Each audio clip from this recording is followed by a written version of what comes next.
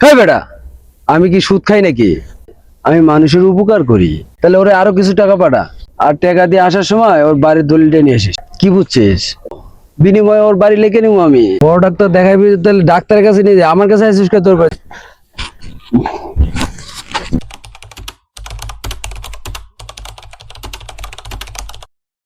কিরে শফিক, মাদ্দা সাহেব। তোতারে যে টাকা 10,000 দিলাম, এটা তো কোনো বেনিফিট পেলাম না। ও মাদ্দা সাহেব, এটা তো আপনারে বলি নাই। ওই তোতার তো ছেলে খুব অসুস্থ।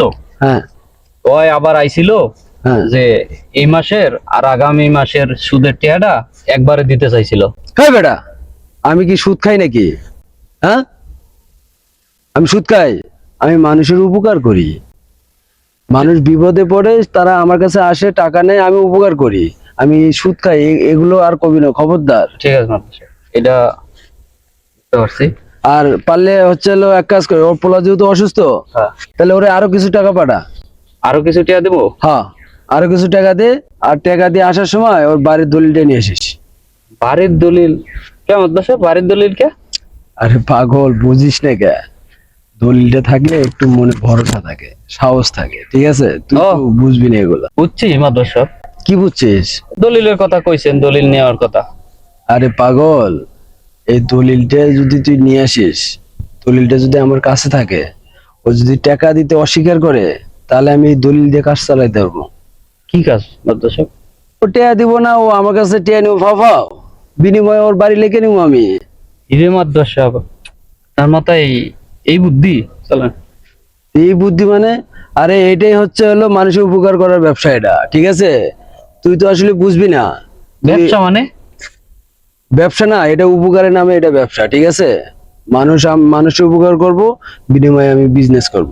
ও আচ্ছা আচ্ছা, বুঝছি ঠিক আছে? আচ্ছা চল, গরম লাগতেছে, বাড়িতে যাই, ক্ষুধাও লাগছে। ঠিক আছে। মাদবর সাহেব বাড়িতে গরম, নাই, এত গরম। যে গেল। এই, আসসালামু আলাইকুম মাদবর সাহেব। ওয়ালাইকুম আসসালাম। আমি আপনার কাছে গেছিলাম, বাড়িতে নাই। পরে বাড়ির লোকজন আমারে কইলো আপনি খেতে দিয়ে গেছেন, আমি দৌড়ে আসলাম। তো এত হাঁপাইতেছো কি? কি হয়েছে? এত সমস্যা কি?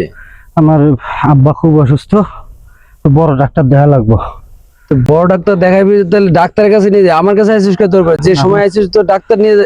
আপনার কাছে আইসি মাদবর সাহেব, আমার কাছে তো আর এত টেয়া নাই। মাদবর সাহেব আমরা কিছু টেয়া দেন, আমি ডাক্তার দেখামো, বড় ডাক্তার দেখামো।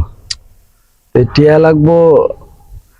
টেয়া লাগবো টিয়া লাগবো, নিয়ম করেন জানিস? আমার কাছে টিয়া নিলে কিভাবে নিতে হয়? মাদবর সাহেব, সব নিয়ম আমি রাজি। আমার টেয়া লাগবো, আমার টেয়া দেন।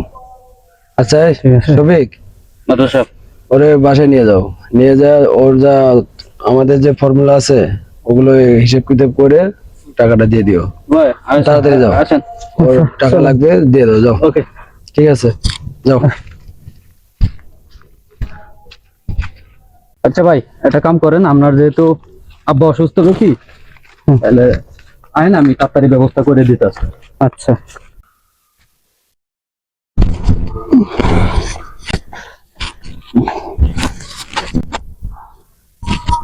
ভাই কাম করেন, ধরুন এটা, আর এনে একটা সাইন দেন।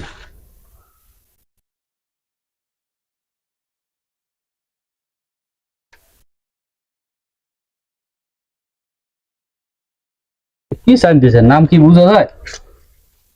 তো পড়ালেখা করে নেই। আচ্ছা ঠিক আছে, নাই হইব। ঠিক আছে ভাই, জান তাহলে। আচ্ছা আর যদি আরো কোনো কিছু লাগে তাহলে আবার এসে যোগাযোগ করেন। আচ্ছা।